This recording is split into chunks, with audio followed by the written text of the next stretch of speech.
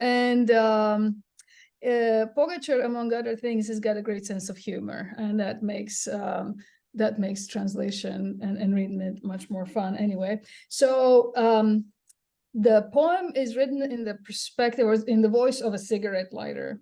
That's the first weird thing about it. It makes a couple of references. One is to Durruti, José Buenaventura Durruti. He was a hero in the anarchist movement and an influential person in the Spanish Revolution, and supposedly says his last words were, "The only church that illuminates is a church that is on fire." And that's referenced in the poem. And another thing that's referenced is the International, which is the left-wing anthem from late 19th century. And in the original translation, the lines go, "Arise, you prisoners of starvation, arise, you wretched of the earth."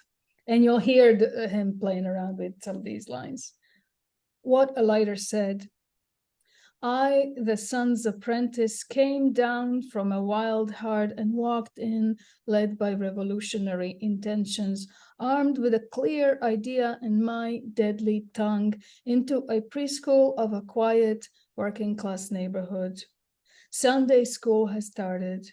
Lined up by the blackboard, staggered like stairs, upright like a celestial team during the rings of a divine hymn, the children broke teeth on code words. I, the sun's apprentice, once closely followed Durruti, knew a church in flames is the only church that enlightens. Inside me, suddenly something sprung from my master, the grit with which the sun loses itself in work, and I decided to melt children's feelings. I, the sun's apprentice, stepped on an upturned plastic potty and laid into the night, glowing ever more brightly, yelled, "Arise, you prisoners of the playground, arise, you made small in the sandpit."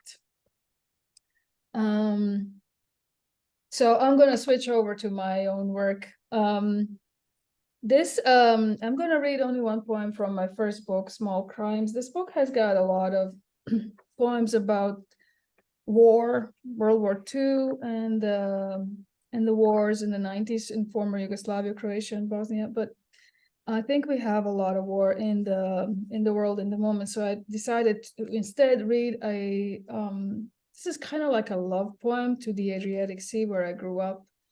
And there are moments where the nostalgia just takes over and I go with it. It's called Skirt Dripping Sea. The sky has been curdling for days. The slow bloom of pale tumors drifting against the oily lid of slate gray. Smoke tusks coil from burning leaf piles, and in treetops unfurled black wigs, shallow nestscape emptied of sunlight. The earth smells of whey and udders. There's no dust in winter, no weeping. Fish don't bark from tangled, slippery nets.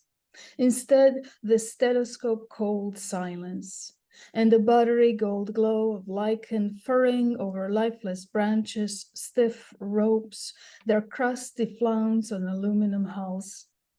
And the wind that slices the leathery skin of the sea, churns stale water in the hollows of boats, rattles the rigging metal like a coin in a dryer, pulls the sails, slaps and swallows them, turns them into writhing, disembodied tongues, the urge to lick themselves. This wind, its breath of sibilance and smoke, crass phosphorus and bitter salt, of muck and smothered bark and tired sailcloth, it wanders in through the door that's been left ajar, graces the wet skirt hanging on the wooden chair, the worries that gathered in its folds, and nudges your sex that is a flightless bird in a fallen nest. So I've got a new book coming out in March of next year, and it's called In Another Country. I forgot for a moment. That's a good thing, I guess. So this is the opening poem in that collection. I'm just gonna, I think I'm only reading one from that collection, maybe two. But this is the first one. It's called Gnostic Movements, sorry.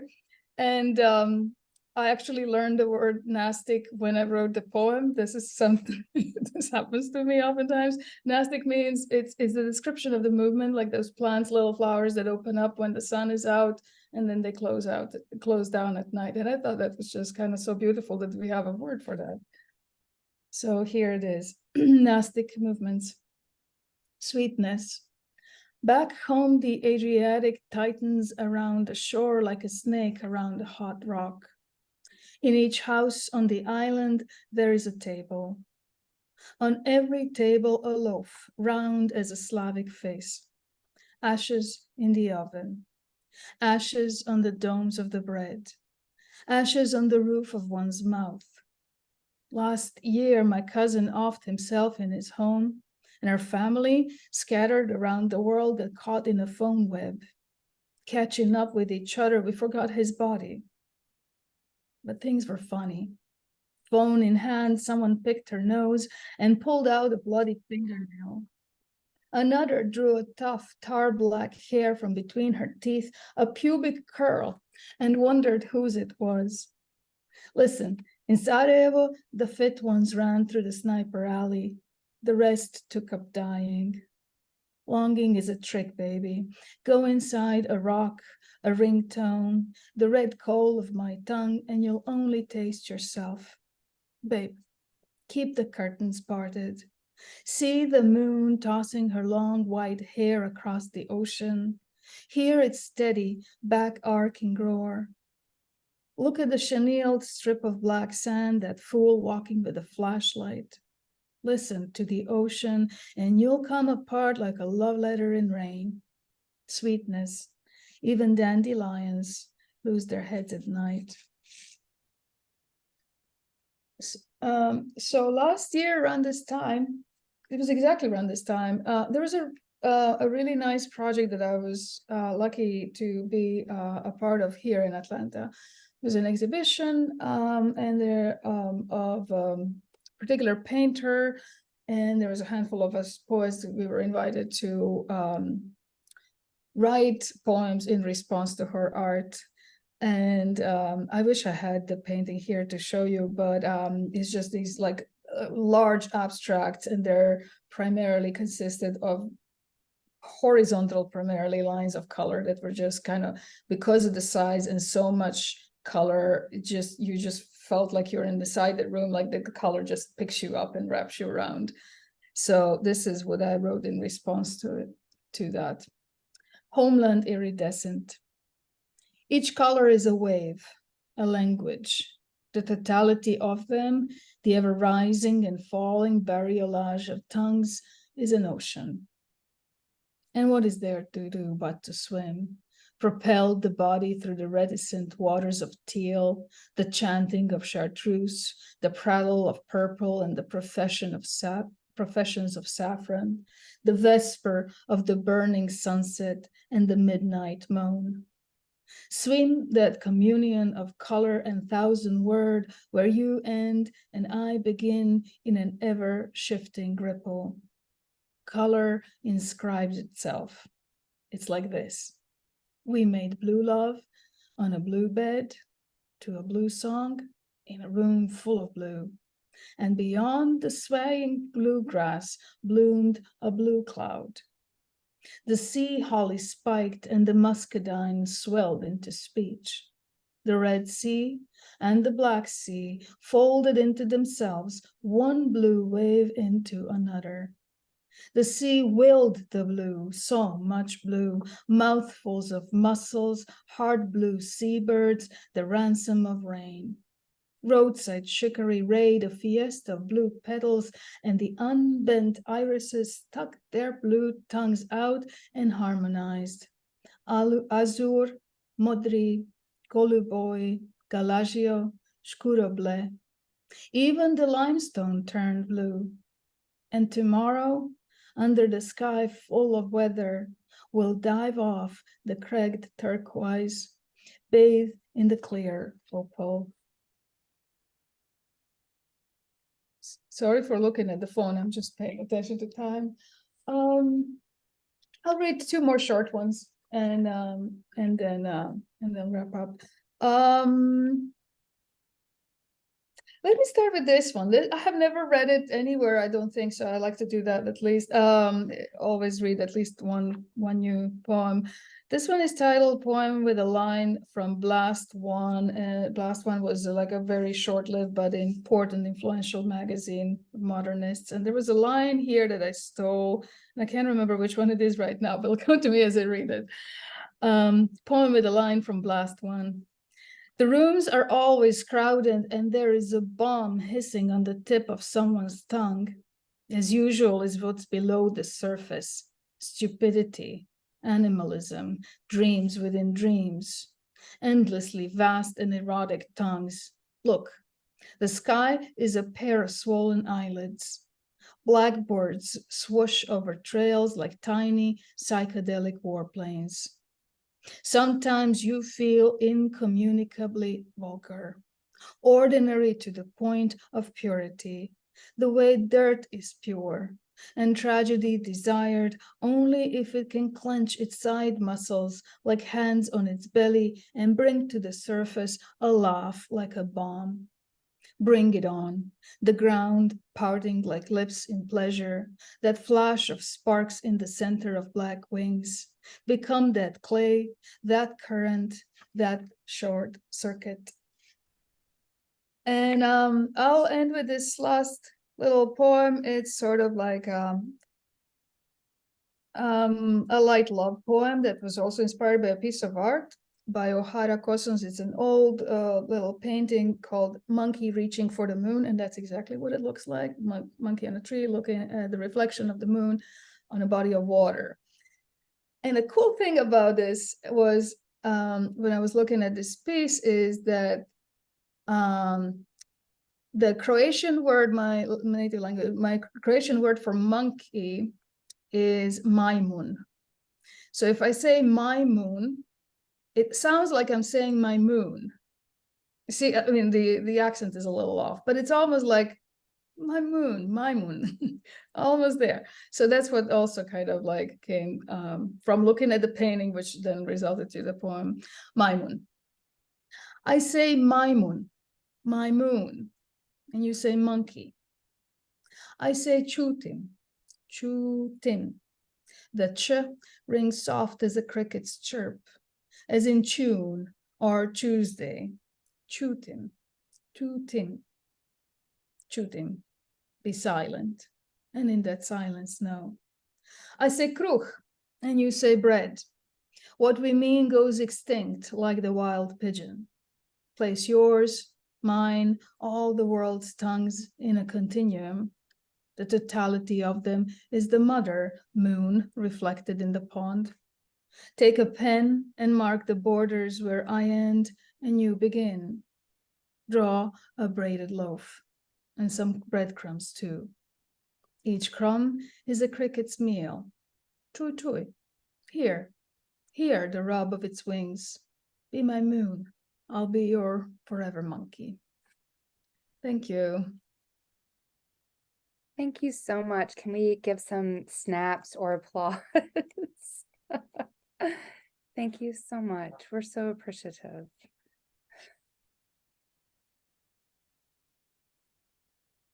All right. Next up, Alina. Let's see. I want to make sure that you can hear me. Yes.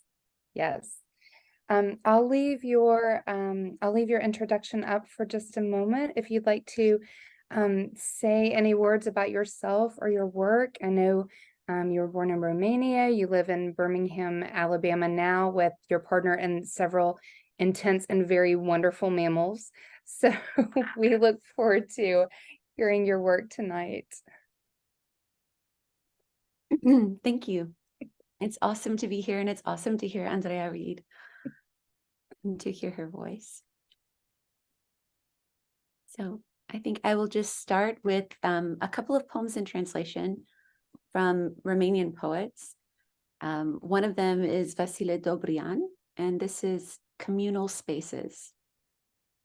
In the space paddled by shadows, In the space flooded by light, we decipher the same gestures, tie us together. The bonding ensures the subjugation.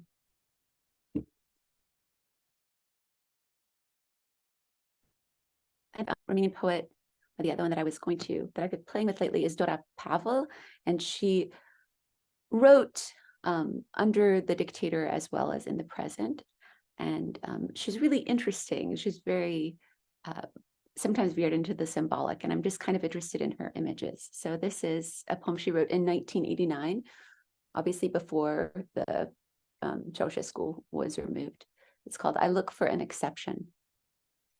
Among the details this hushed evening offers, speaking of symbols as tight-lipped thoughts, as extended absences from home, words would have a hard time recognizing me getting naked in the hidden places of our cohabitation, growing even more annoying, more aggressive. You know, I'm just looking for an exception. Exceptions rejoice in the solemnity of being set apart. And the other one by her is called Apocrypha, and it's short, it's very aphoristic. She's good at aphorisms, but she also has is able to just conjure things in the mind. This is called Apocrypha. God starts growing hair all over, a creature like any other, evolving toward gratitude. So I'm going to read entirely new work. Some of it is forthcoming, some of it is just published, and some of it is just in first draft. And I'm going to start with one that was published by Rob McClellan on his wonderful website, and it's dedicated to him. It's called Poem for Rob on the Last Day of It.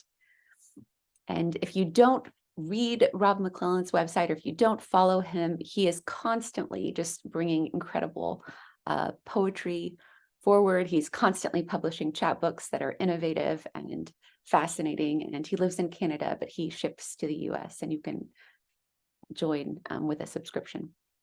Poem for Rob on the Last Day of It. The epigraph is from David Berman's Self-Portrait at 28. He says, I know it's a bad title, but I'm giving it to myself as a gift on a day nearly canceled by sunlight. Late August, it is. Endless purple hydrangeas, the wild of, promiscuous ducks all over the end of, a season whose paint blisters on plaster.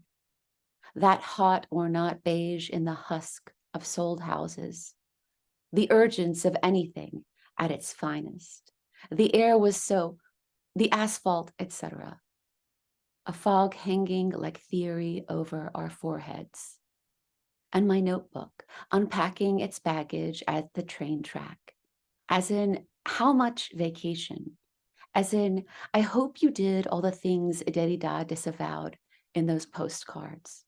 As in, manifest and overcome the latent, etc. Per current trends in discourse. Rob, your book is the finest, my head said. My head is also for anything goes until it comes to the unfinished manuscript. That world one is whole in, the whole only writing of it, of living so single thrall. But August is also the bruise of pink chalk in the fist of the daughter, meeting sidewalks in the feet of the son. And so we draw ourselves into a hopscotch, as if explicitly. My dog Radu eats the rock of, barks to mark the stop of. The hops ceasing like theory missed the pocket it called. And maybe each game we play is scripted to be the pseudo that totally changes us, like a chickenpox scar in the blank spot, and my doggerel in the margins of. Did I mention how analogic the ghost ball was? And the green, so, etc. The vastness all hot and not scented. The self of the draft, the draught, and me at its finest.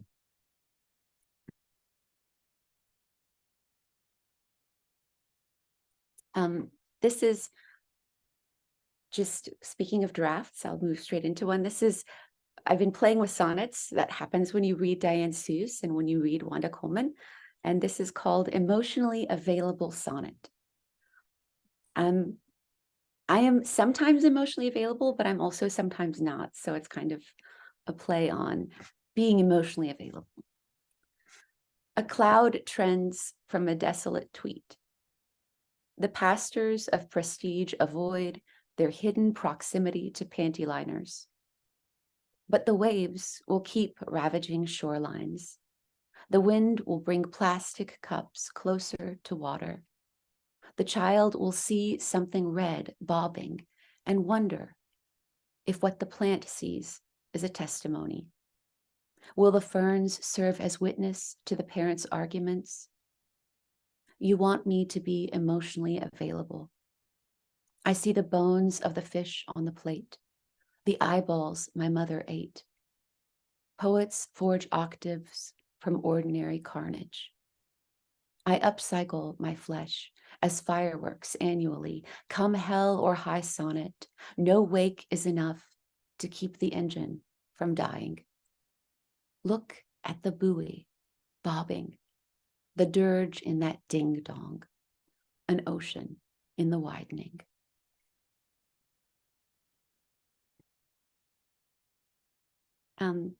This one is forthcoming somewhere. And it's titled, Why the Revolution Sits Beside a Window and Braids Its Own Hair. I got really interested in this idea of the silences in my own diaspora, of why things happen and the sorts of things that my parents and family and friends said when they couldn't explain something. They would offer a really weird superstition or a joke that basically says, you can't explain it. So I played with some of these images to try and convey the weird surrealness of the gaps between the two languages in my life. Why the revolution sits beside a willow and braids its own hair. The man of the house turns off the war just before a bomb lands on a hospital. She blames the sky for pouring molten gold over the rat shit sofa. Silence yawns, stretches, lengthens its legs like a meow stranded on a summer's sidewalk. Silence presses its stainless fingers against her forehead. Daylight is the color of slapstick and bent saplings, the scent of a notional sketch inventing its genre. Everyone seeks a proper form in which to continue. Dear notebook, please hold my head to this bed. The men's words wore crosses, flags, and symbolic objects that screamed the thing beneath the thing very loudly. She wrote 5 syllables on the reverse of an envelope addressed to her birthland. We'll fuck for lightning. Everyone goes home to die, said the man carrying mail between houses. Everyone wants to be buried and read in the undead verbs of their first language. The next one is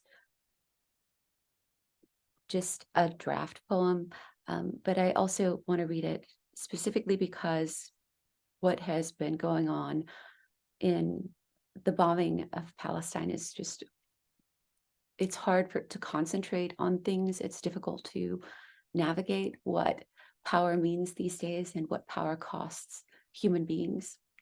So it's after a line, and it's titled after a line from Mahmoud Darwish, Graves Are Mattresses. So, and it's to Darwish and to the families in Gaza tonight.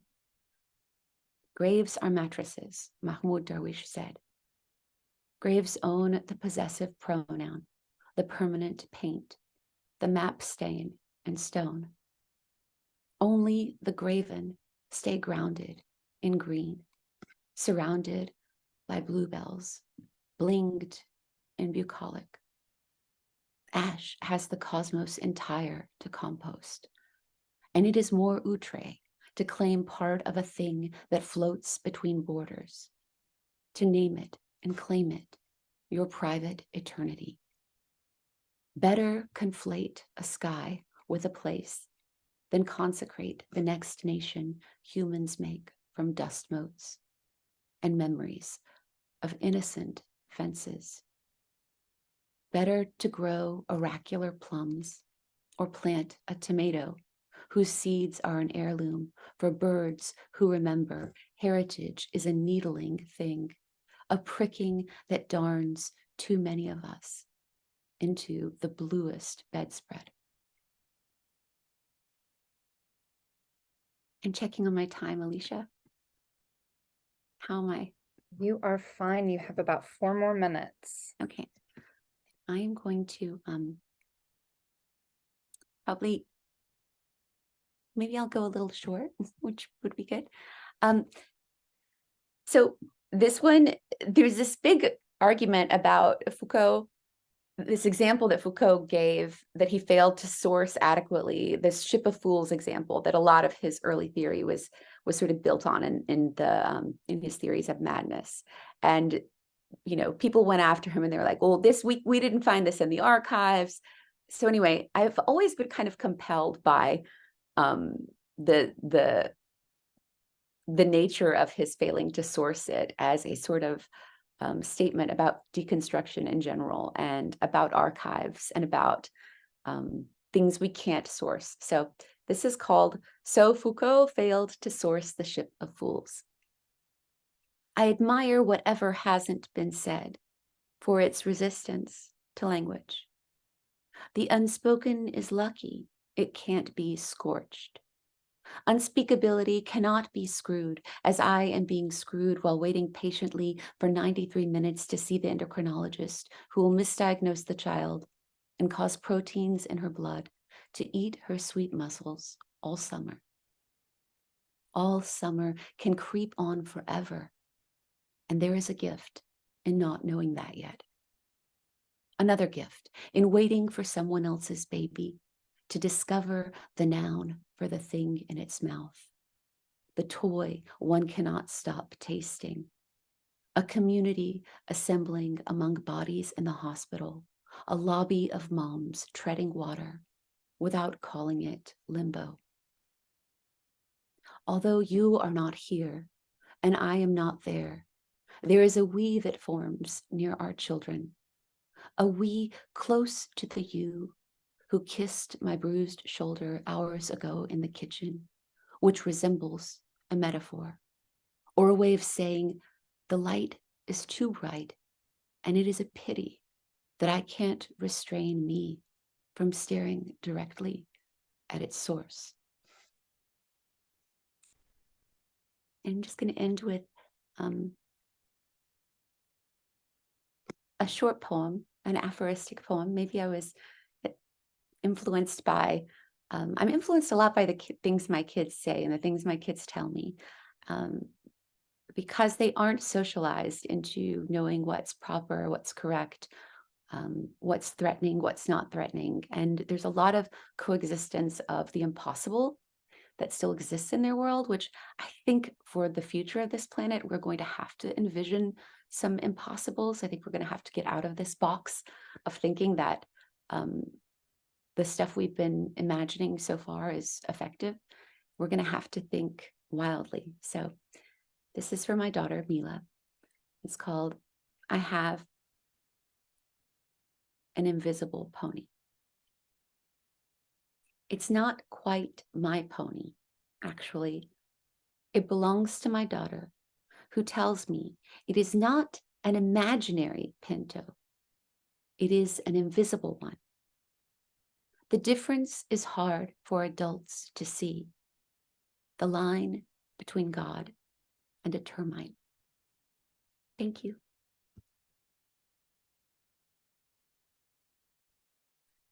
That was wonderful. Thank you so much.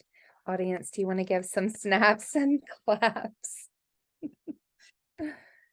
Thank you so much. And last but not least, Miriam, you are up. I believe that you are able to share your screen. Yes. Yes, I'm gonna thank you. Yes, I'm gonna leave your introduction up here for just a minute, so that we can take it in, and then if you'll just say a few words about yourself and what you have for us tonight. Miriam is a Maltese bilingual freelance poet, nonfiction writer, a ghostwriter, a wonderful workshop leader around town. And we are just so appreciative to have you as our finale tonight. So thank you so much. I'll let you share your screen and take it away. Thank you, Alicia. And it's so lovely to be here reading with Alina and Andrea. It's such a treat for me. As you said in my introduction, I'm from Malta, and I will be reading some poetry in English and Maltese. I'm a multi-genre writer, but I focus mostly on poetry. I'm starting to write some more hybrid work, and using, I mostly write in English, but I'm trying to use some more Maltese. And for my first poem, I wanted to show you what Maltese looks like because it's the only Semitic language written in Roman letters. This poem that I translated called Sinsla, which means backbone. Today I got the news that it has been highly commended by the Stephen Spender Trust. And it will be published by them. So I will read it first in Maltese. Sinsla, imnebħa minn ftit mara ftit tifla ta' Simon Ingwanes. Neżżani jetlek, u int neħħejt li ħwejġi ftit ftit bħal skultur kawtiel. Nifsek jitqal ma' kull sejba ta' subajk, imbagħad neżżajtni bla marwintni għetlek. Ħares, għatfadal il-metafori li ħtieġ li nitleflef fihom biex minn għalija ma nintilifx. Għatfadal ir-ruxmata ġbijat li xebilku tul dirajja, igranfaw xibka xirfa monqi, sa mal-qafas ta' sidri sar qoxra. Fadal, etlek, ir-rakkonti koroħ li rekkint fl-irkiekel ta' dari biex żgur ħadd ma jsibhom. Ara, it-tuqol tagħhom spiċċa biex għawweċ anki s-sinsla. Mur, ħallini waħdi ma' nitfa ta' tifla li darba kont li min għalija ġaħċet mara laqad basret kemm marret imqarqa. Backbone, after ftit mara ftit tifla by Simon Ingwanes. Undress me, I said, and you removed my clothes bit by bit like a cautious sculptor, your breath laboring with each of your fingers' movements. Then you've undressed me yet I'm not naked, I said. Look, I'm still wearing those metaphors I needed to get tangled in, as though to keep myself from getting lost. There are still a bunch of images climbing precariously up my arms, weaving a rough netting around my neck, reaching the hilt of my chest until it is bared into its own caricature shell. There are still, I told you, those nightmare narratives furrowed into my backbone to make sure nobody finds them. Look how their weight has bent me over. Get up, go. Leave me alone with this little girl I once was, who thought she'd somehow become woman, who never realized how misled she'd been.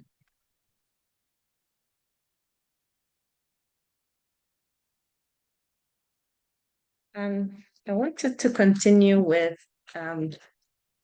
another poem in Maltese that I like to read in every country I go to, and quite a few gigs. It's from my first book called Pomegranate's Heart, and it's called Narcis. Narcis.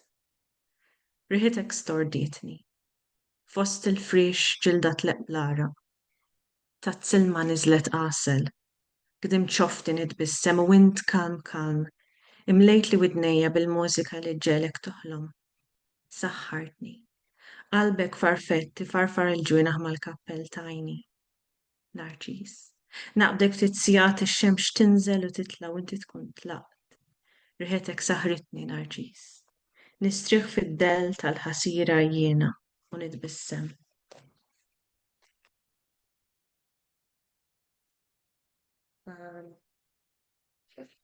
Also gonna make you hear another language. This is not my translation, but I do read and understand Italian. And I was very lucky that some of my poems were published in this book called Correnti Incrociate. This is the poem in English. Understanding poetry. When you say that you do not understand poetry, I hear, I understand the world or anything in it.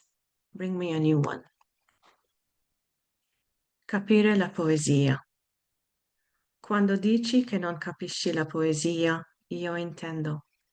Non capisco il mondo e nulla di esso. Portamene uno nuovo.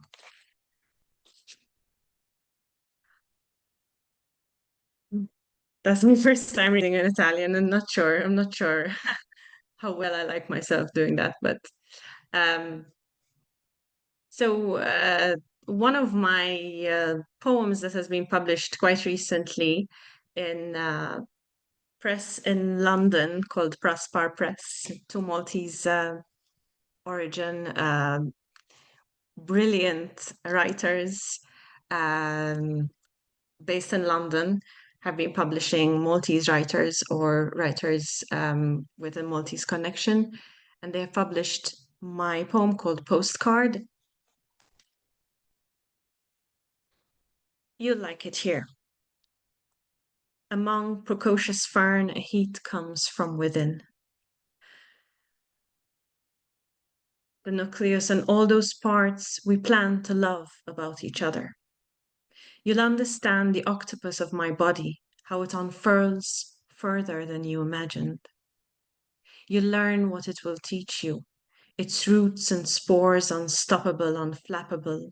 But don't be concerned because, as I said, you'll like it here. You'll let it change you. Back then, we found joy in the plunge of cool blue, resurfacing to the view of an ancient city. At home with the construction of the perfect hubs bezait that fed a particular sea breeze hunger, olives and capers falling onto the plate and your gaze following my fingers as I picked at them, licked olive oil off my wrists. Inkun semmut ġib li biċċa ħobs bit-tadam. It all looks like it's been placed here. Mother Nature, scabs on her knees, taking care not to disturb the dandelions. You'll be able to have your wish. Lose me somewhere, anywhere, even here.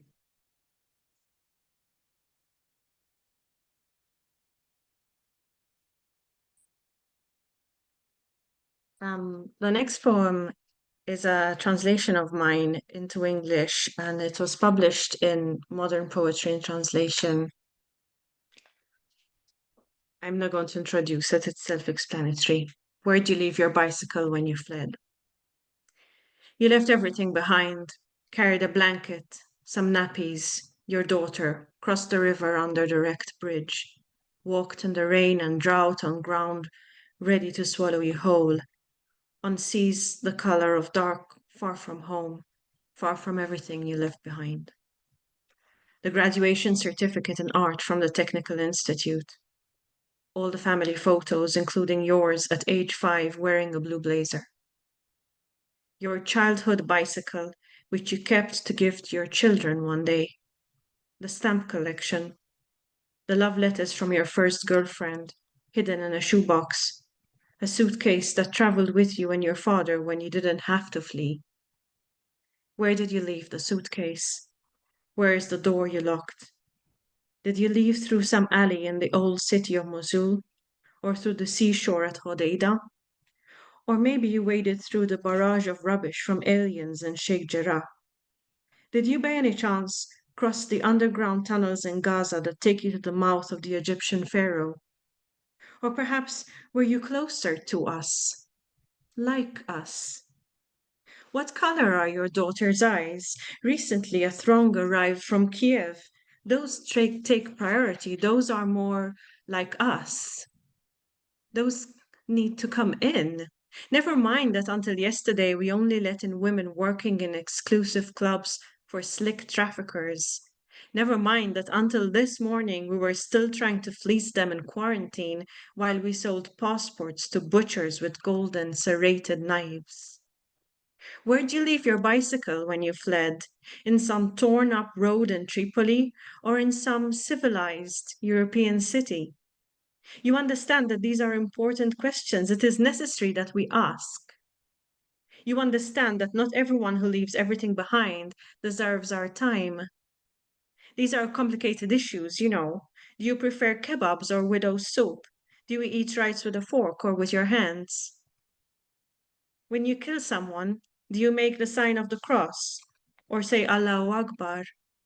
Sit down. We'll take some notes before we commit ourselves. We won't take too much of your time. Nowadays, we've learned to recognize the chaff. We will soon be able to let you know whether your atrocities align with our compassion. You understand that we've become efficient at weighing things out. There's apartheid and apartheid. There's dictators and dictators. There's resistance and resistance. There's a killer and a killer. There's us and them. And you and your daughter, and the form that needs to be filled in, and details of your skin and kin. And remind me, where did you leave your bicycle when you fled? This is a translation of Carl Schembry's Fejn ħallejta r-rota meta ħrabt. And to end, I'd like to read two pieces from my latest chapbook. Come closer, I don't mind the silence. They're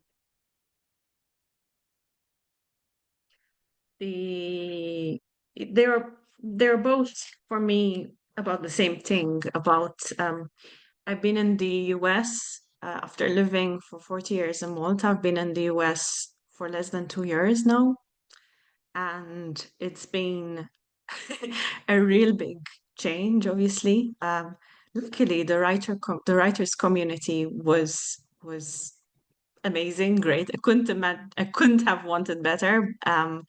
So that was, you know, I have to say that was such a big warm hug.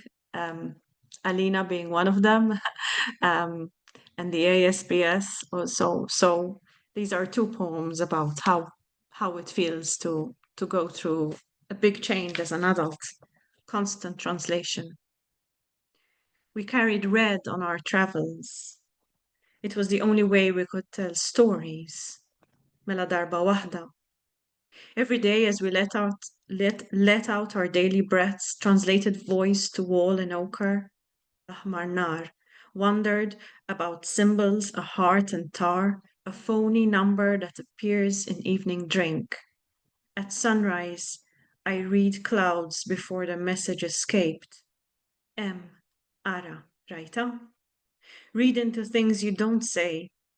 Carry the conversation in my head. Eżatt. Try to feel gravity hold me, the earth hold me. Anything to language the noise.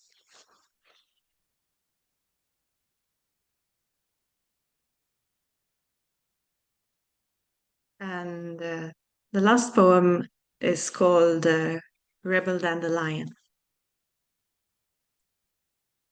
I live inside a stranger people describe in a way I don't understand. I take her everywhere, even if she's more head than toes or small of back. Even though most days it seems I have not tamed her. Poems sticking from fleeting birds, wind settling in her eyes. I pluck each dandelion dagger, a soulful giving cry. I drag her out of a ditch. She disobeys, talks to birds, translates trees, doesn't forgive me. Thank you. Thank you so much. That was lovely. I love that we started with dandelions and that we ended with dandelions.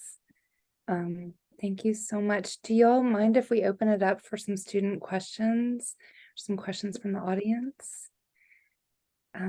Does anyone have any questions for our amazing poets?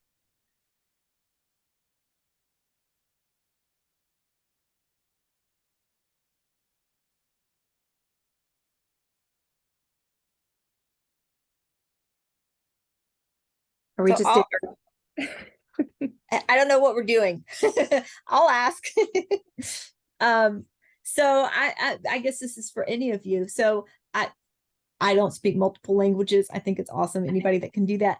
And I'm just kind of wondering what your process is when you're writing in English. Do you sort of compose the poem in your native language, or do you write completely in English, or do you do some of both? And how does that process of sort of translating before you write it, how do you think that affects what comes out? Like, is your poetry, I guess, noticeably different to you in English versus your native language?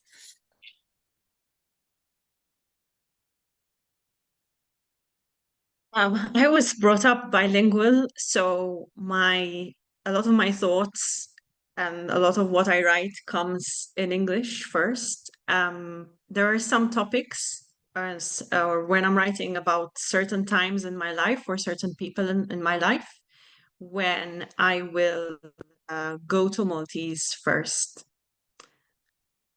I dream in both languages, but having said that, English is more natural to me. I have a more of a hold on the vocabulary I need to write English poetry.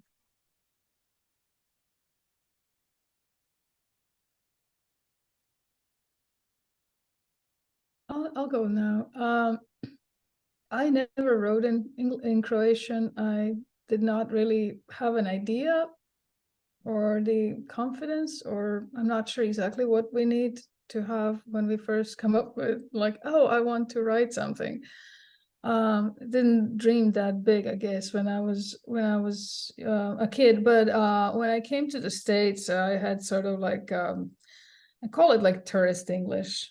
It's just like you're not gonna get lost too much, but but it's a basic kind of command of English.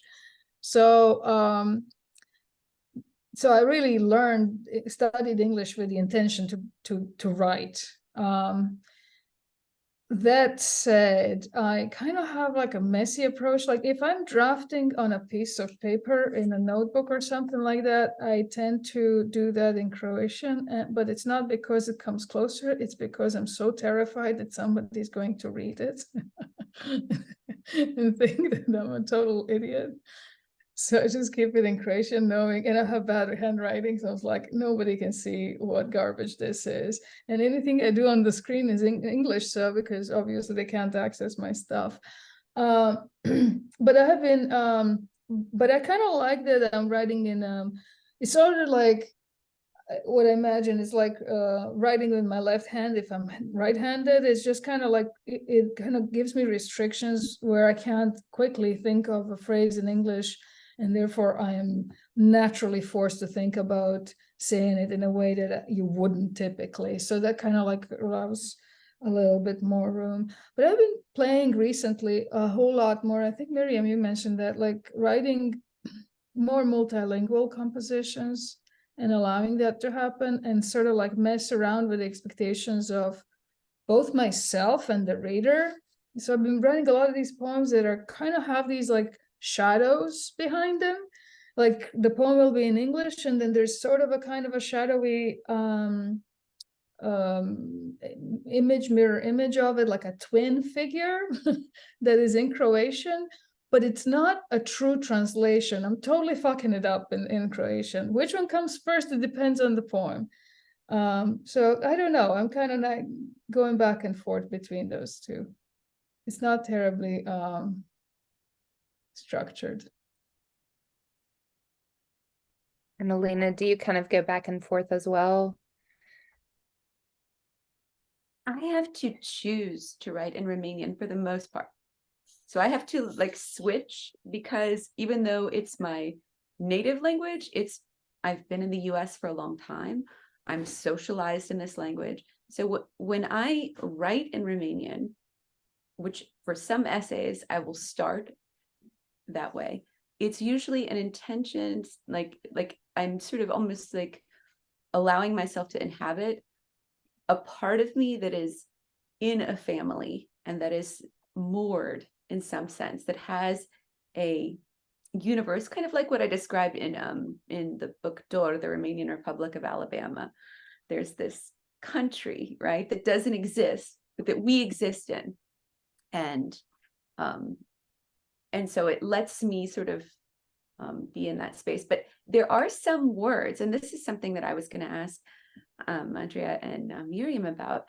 Are there some feelings or some emotions or some like specific, I don't know, gestures that you feel, that you miss, or that you feel are difficult to really convey in English? Isn't it partly, maybe it's because they're culturally associated, but also because they're meaningful to you? And I don't know, I'm curious about that. Yeah, definitely. I find that, for example, terms of endearment don't translate well. And when I'm translating, the melody of Maltese, like it's so easy to conjugate words in order to cause alliteration and to make rhythm. And that doesn't translate into English at all. So there's it's not even a word, it's just the rhythm of it. It cannot be transposed.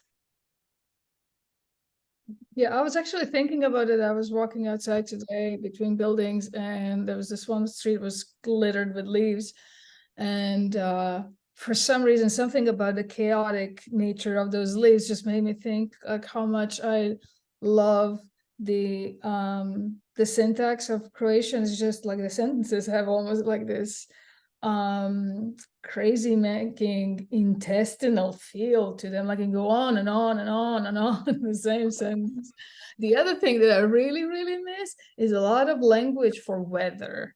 It's like you can always blame your bad mood or some ache you have or things going wrong on the weather. And there's particular winds in the states of the weather. And I feel like, we kind of like, yeah, that flavor of playfulness, I sort of, it's not that I miss, but I sometimes try to kind of maybe impose on English a little bit. But yeah, certain things don't quite translate quite so well. That was a great question. I think we perhaps have time for just one more. Naomi asked in the chat, what does your revision process look like when writing or translating a poem? Anyone have any thoughts on that? First thing I do is read it out aloud and then see where I stumble maybe. I check the first line, the last line, the ends of the lines. I check whether, it sounds like a teacher. I check whether what I'm writing is what I actually want to say, because that's usually the problem. I check that I didn't start writing before the poem started, and I didn't continue writing when the poem ended. It's a really good question, because for me, it depends entirely on the poem. It depends. Sometimes I come to the page with a specific conceptual thing that I am trying to play with, right? Or a concept. And that poem will have already built into it a formal conceit that I'm working on. Sometimes I come to the page with an image, and then that poem, I will look more closely at lineation. I will, write down the thought and then sort of look at how it uses the field, how it could occupy the field, how the valence in language changes, depending on where the lines are broken. What do I want ruptured is often a question I ask myself when I'm looking and considering strategies for enjambment. But it just utterly, like, it is so hard to answer that question, because some poems, want fastidious revision because they're trying too hard to do too many things. And some poems are trying to not care. you know, like some poems sort of have a bird raised to being fastidious. And so I think that it's part of like the complexity of being human, and the question of voice, right? I'm not sure that I understand what it means to have a voice in poetry so much as just the fact that we have so many different voices, and playing with that, I guess, in revision as well. I'll just add one more thing, and it also kind of, I don't know if the question was specifically about poetry, but in my experience, also kind of varies with regards to whose work I'm translating, and if they're, and how much that person wants to be involved, and also what genre. There are poets who are very happy that you just take care of the translation and publish if you like, and they're just very hands-off. And then there are people who are not that way. And I also had the pleasure to work with a playwright several times, and that just translating drama has been a totally different experience for me, because nothing is sacred. We can go back and just like cut a scene and rework it and revise it, and it feels a little bit more plastic, a little bit more open to coming up with new stuff. It's more living kind of a thing. I don't know if that's the best comparison, but that's what it feels like. And I think it's good to have that kind of what Alina was saying, like different, you figure out what's important with each piece and go with that. Thank you so much. I really appreciate it. An excellent question. Thank you to everyone. Naomi said thank you. These were so helpful. I really appreciate everyone being here. I figure you know your event has made it when you have it Zoom bombed at the beginning. So thank you to all. I really appreciate you being here. Hopefully we can do it again next year. Thank you. Thank you so much for having us. Thank Thank all. you. It was really lovely to see you guys and listen to you. It was, and I love seeing the names. I love, Likewise. hi, Lana. Lana. Anyway, yeah. Thank you all for, it's awesome to hear you both read too. I love, Yeah. it makes me happy. All right, one more thanks again, and great seeing you all. Thanks everybody who showed up, students and audience and everybody else. And thanks again, Alicia, for setting this up for us. Thank you. Hopefully we'll see you next year. Thank you all. Good night. Good night. Y'all too. I'll stay on until everybody's left the Zoom room. Okay, bye-bye. Well, Thank you. bye. Bye. Thank you.